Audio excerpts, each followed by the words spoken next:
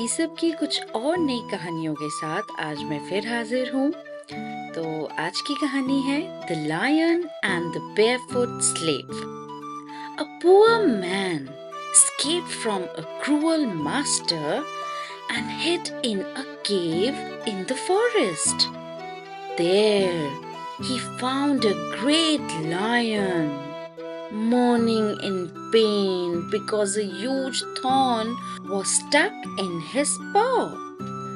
The man bravely pulled out the thorn and bandaged the lion's wound. आज की कहानी है शेर और दयालु आदमी की। एक गरीब आदमी एक क्रूर मालिक से बचकर भाग गया और जंगल की गुफा में छिप गया। वहां उसे एक बड़ा शेर मिला जो दर्द से कराह रहा था क्योंकि उसके पंजे में एक बड़ा कांटा चुभा हुआ था। आदमी ने बहादुरी से कांटा निकाला और शेर के घाव पर पट्टी बांध दी। Months later, the man was caught and thrown into a pit with a hungry lion as punishment. To everyone's surprise, the lion did not attack him but licked his hand instead. It was the same lion he had helped, showing that kindness is never forgotten. महीनों बाद वह आदमी पकड़ा गया और सजा के तौर पर उसे एक भूखे शेर के साथ गड्ढे में डाल दिया गया। सबकी हैरानी का ठिकाना न रहा जब शेर ने उस पर हमला नहीं किया बल्कि उसका हाथ चाटने लगा। यह वही शेर था जिसकी उसने मदद की थी, यह दिखाते हुए कि दयालुता कभी नहीं भुलाई जाती। So the moral of the story is that kindness never fades. इस कहानी से हमें यह शिक्षा मिलती है कि अच्छाई कभी भी धुंधली नहीं होती। The dog and the shadow.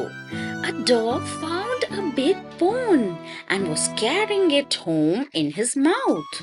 On his way, he had to cross a bridge over a clear stream. He looked down and saw his own reflection in the water, thinking it was another dog with a bigger bone. आज की कहानी है कुत्ता और उसकी परछाई। एक कुत्ते को एक बड़ी हड्डी मिली और वह उसे अपने मुंह में दबाकर घर ले जा रहा था। रास्ते में उसे एक साफ झरने के ऊपर बने पुल को पार करना था। उसने नीचे झांका और पानी में अपनी परछाई देखी। उसे लगा कि वह एक और कुत्ता है जिसके पास उससे भी बड़ी हड्डी है। He wanted the other bone too, so he barked loudly at his reflection. As soon as he opened his mouth, his bone fell into the water and sank to the bottom.